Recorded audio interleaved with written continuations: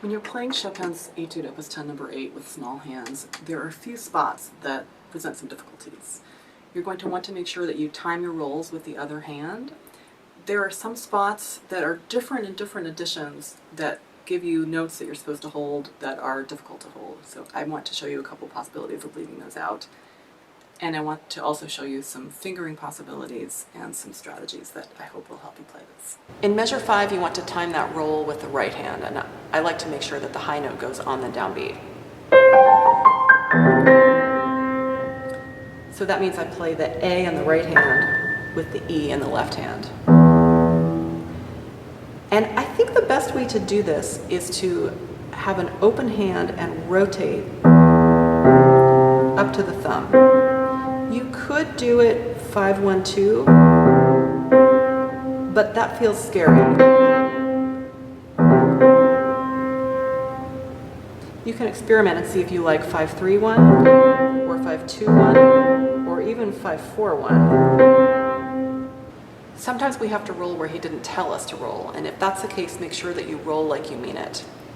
In measure 26, you can roll and you can let go of that whole note C. We'll still hear that the C goes down to the F.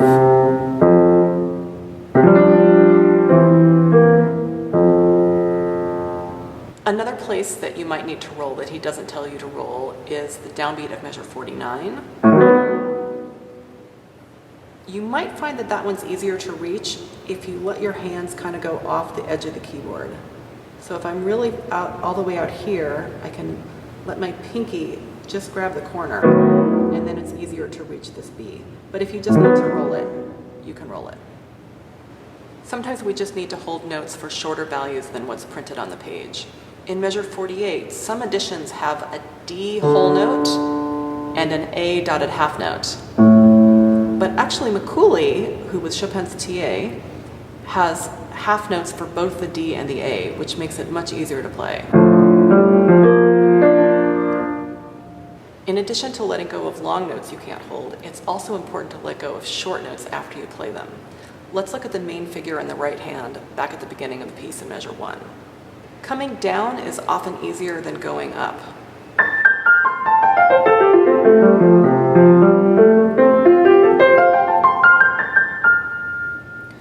And we have to make sure we let the thumb go. If we're holding onto it, we're stuck and we can't get up here. We have to rotate through.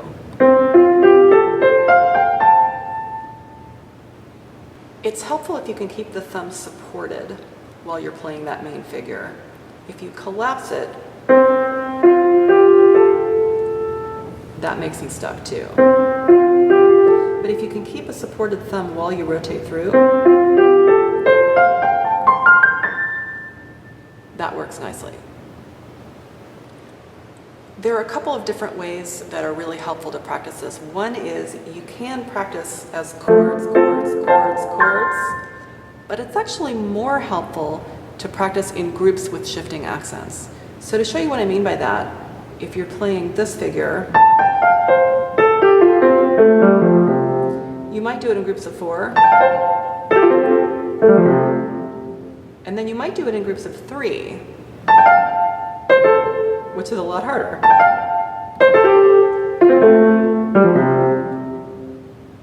And it's actually a good idea to do it in groups of 2, 3, 4, 5,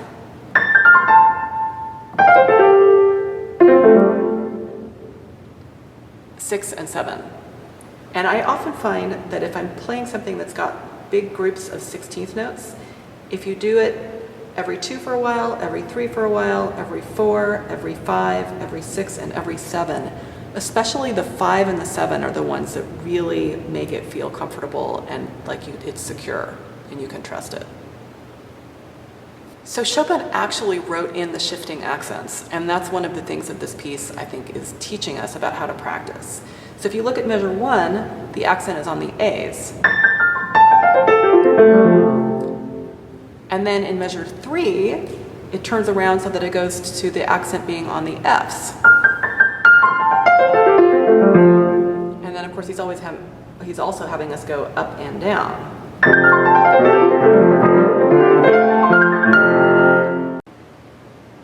In this C7 chord in measure 6, we've got kind of an awkward shape that the right hand makes.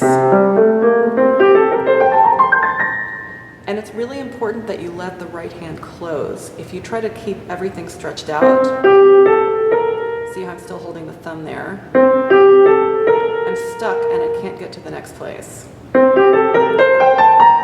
if I let the hand close, it becomes possible to get to the next place and I can rotate.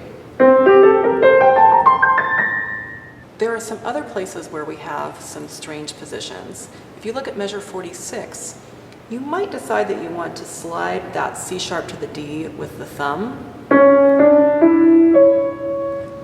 But whether you do or not, you're going to need to let the hands rotate and close so that you can make those work.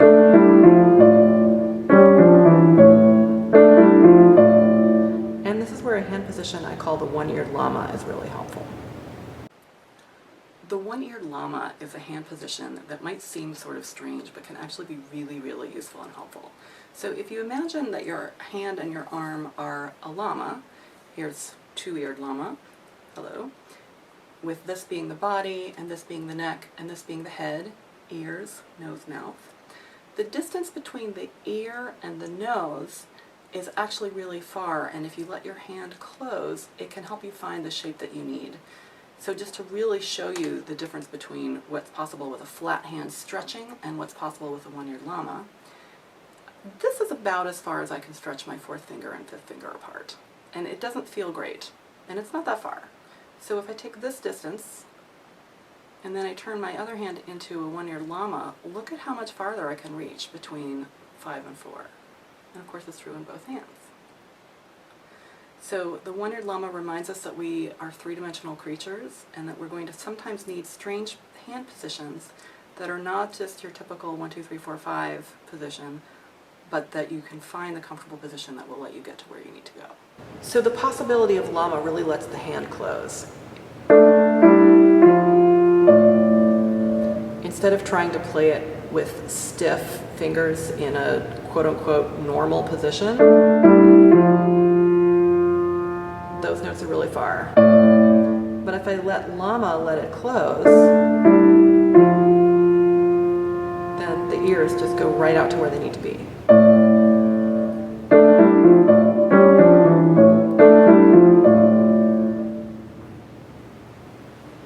So the llama gets really, really helpful in measures 54 to 60.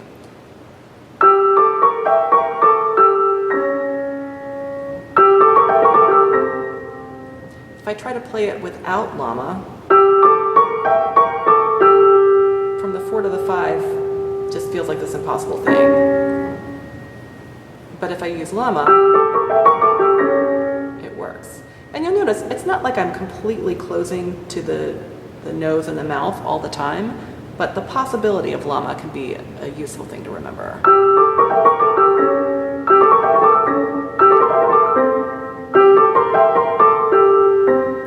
So when I'm playing these fifths from the fourth finger to the fifth finger, it really is this and not this.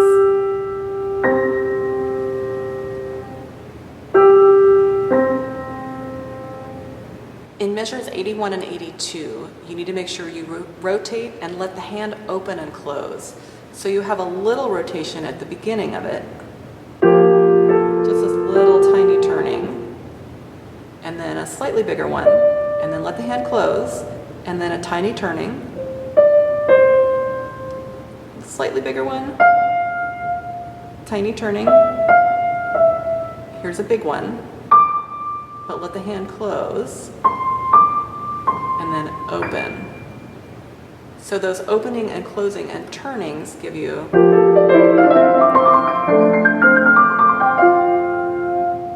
and that's much easier than if you try to reach to everything.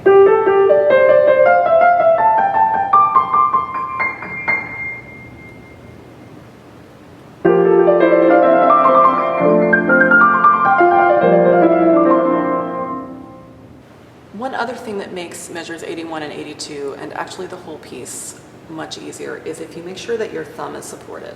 So if the thumb collapses and you're doing something like this,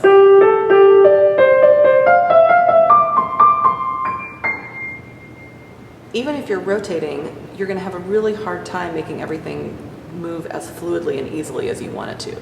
But if you keep this part of your hand supported as you're playing, I don't mean tight and locked, it just means supported, so like you can stand on it.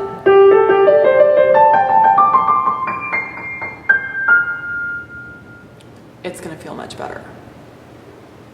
So let go of long notes where you need to, and let go of the thumb where you need to. Support the right hand thumb in that general figure, and use rotations where the left hand has to do big leaps. Enjoy Opus 10 number 8, and let me know if you have any questions. Good luck!